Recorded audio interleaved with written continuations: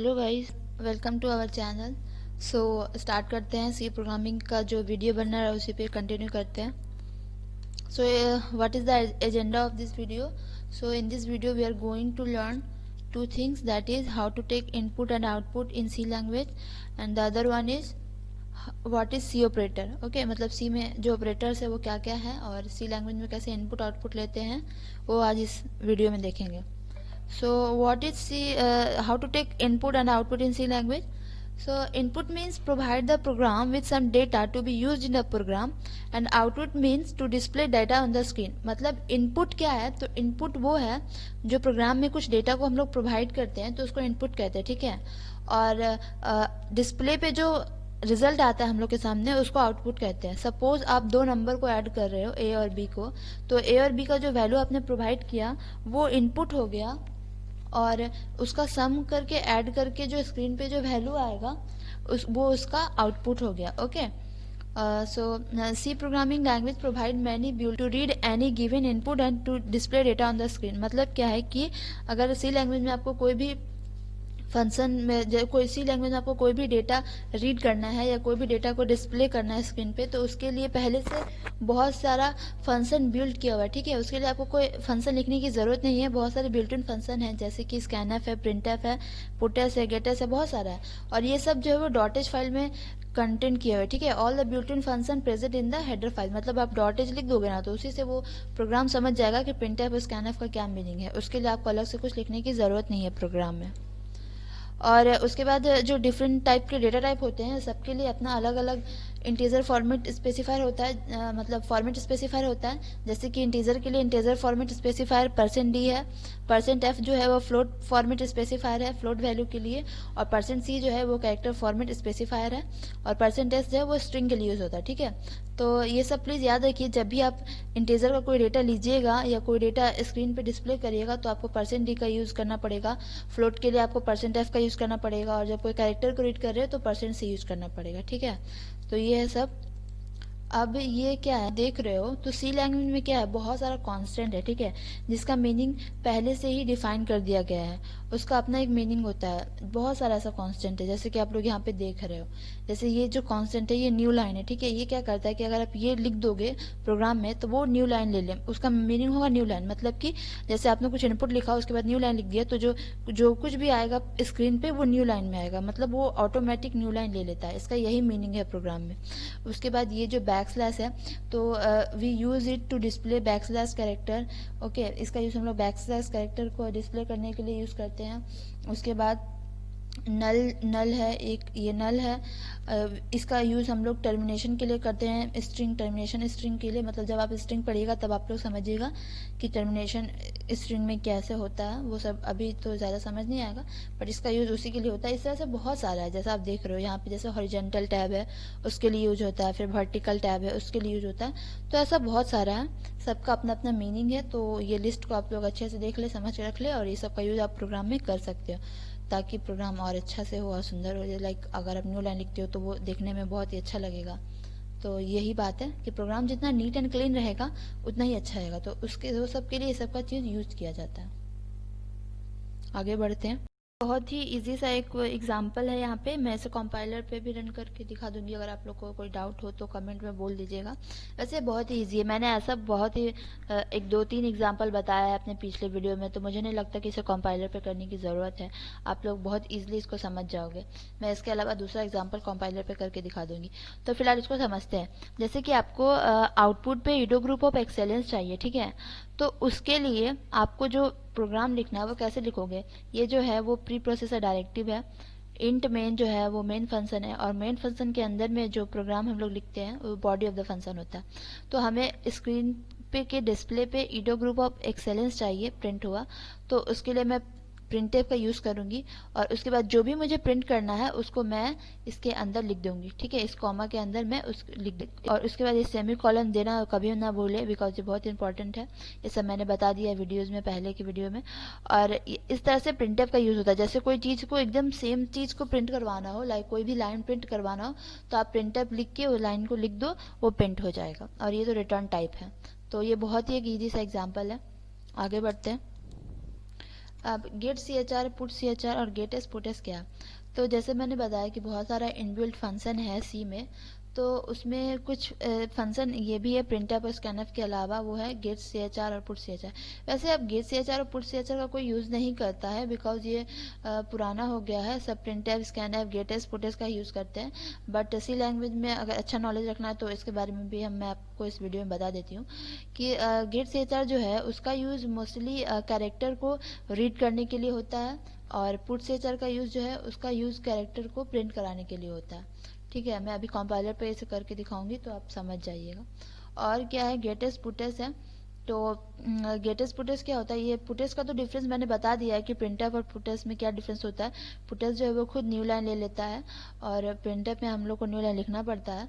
और गेटेस क्या है? तो गेटेस तो जैसे कोई वैल्यू आप रीड, जैसे स्कैनफ का यूज़ होता है ना किसी वैल्यू को रीड करने के लिए, वैसे ही गेटेस का भी यूज़ होता है। और प्रिंटफ का जैसे यूज़ होता है वैसे पुटेस का यूज़ होता है। तो ये बहुत ही ईजी है, इसमें कोई डाउट नहीं होना चाहिए। अभी मैं कंपाइलर पे जब इनपुट लूँगी गेटेस और पुटेस है तो आप लोग को और अच्छे से समझ में आ जाएगा। आगे बढ़ते हैं।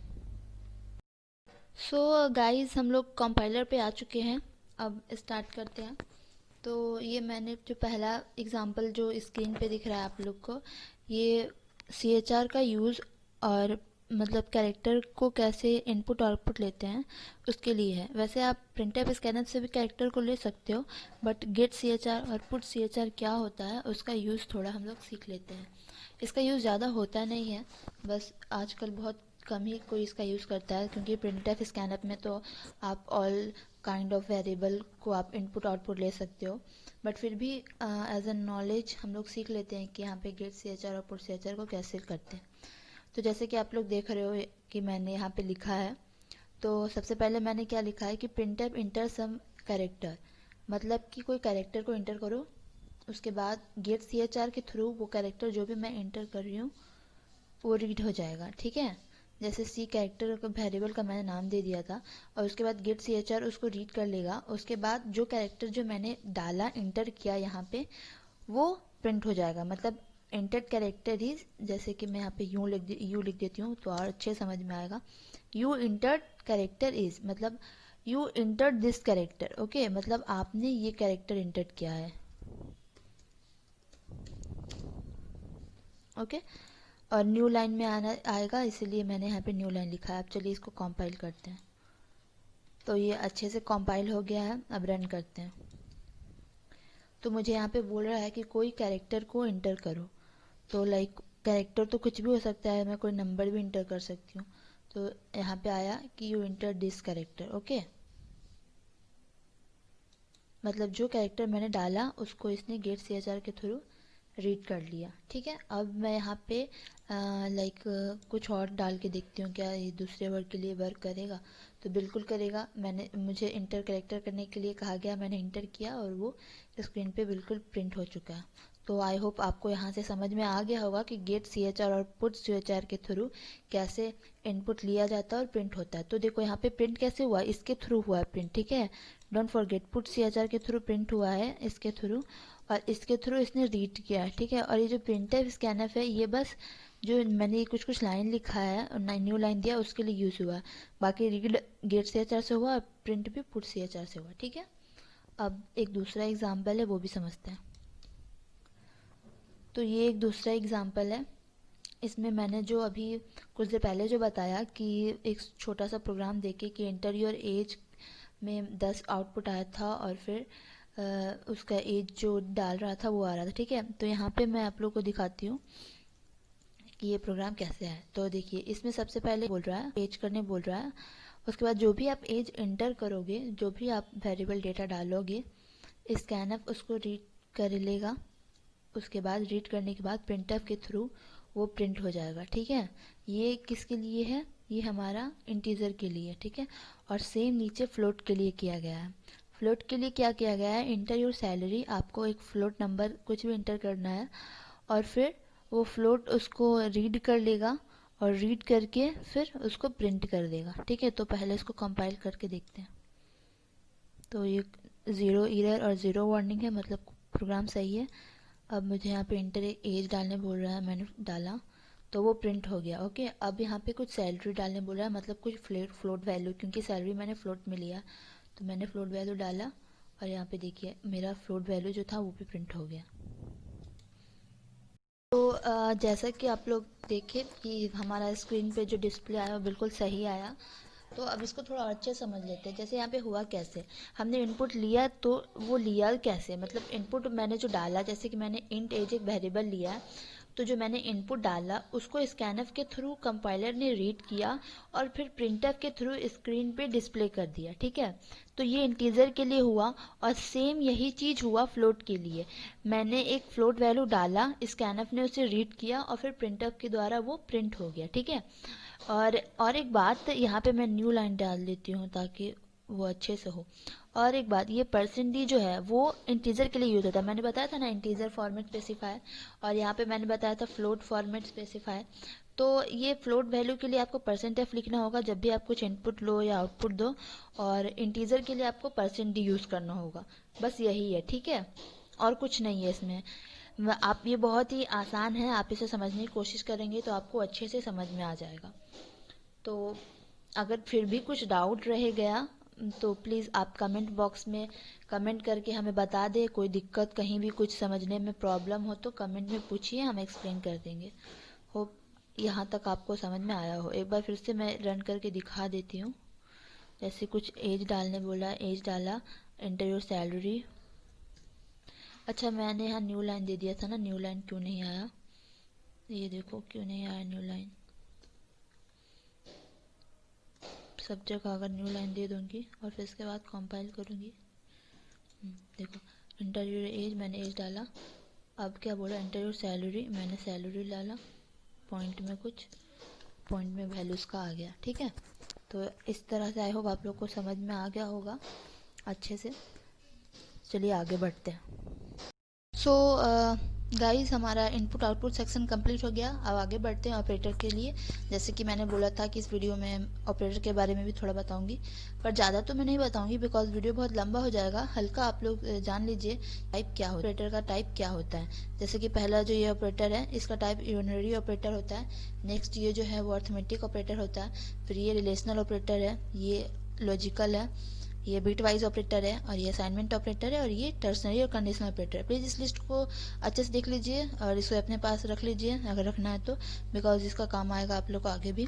और इसका यूज़ कैसे होता है, लाइक ये कब यूज़ होता है, ये कब यूज़ होता है, ये सब मैं इसका तो बारे में आप लोग को पता ही होगा कि इसका यूज़ कब होता है। कभी जोड़ना, घटाना, गुना, भागा करना है तो इसका यूज होता है। ये सब का यूज़ मैं सब बता दूंगी, अभी फ़िलहाल तो नहीं, नेक्स्ट वीडियो में ये सब का यूज़ मैं बताऊंगी अच्छे से डिटेल में। सो प्लीज़ बने रहिए हमारे साथ। More on C operator will be discuss on next video with examples. Okay, मतलब कि बाकी सारे ऑपरेटर जो हैं वो सबको डिस्कस होगा एग्जाम्पल के साथ नेक्स्ट वीडियो में। फिलहाल के लिए आज इतना ही था। होप आप लोग को वीडियो अच्छा लगा हो।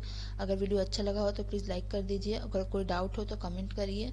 और जैसे कि आप लोग जानते हैं कि हमारे डिस्क्रिप्शन बॉक्स में क्यूज़ होगा तो उसे भी अटेंड कर लीजिएगा। और thank you guys, thank you so much for watching the whole video. Thank you. अगर चैनल पे पहली बार आए हो तो प्लीज़ सब्सक्राइब कर दें और बेल आइकन प्रेस कर दें। Thank you.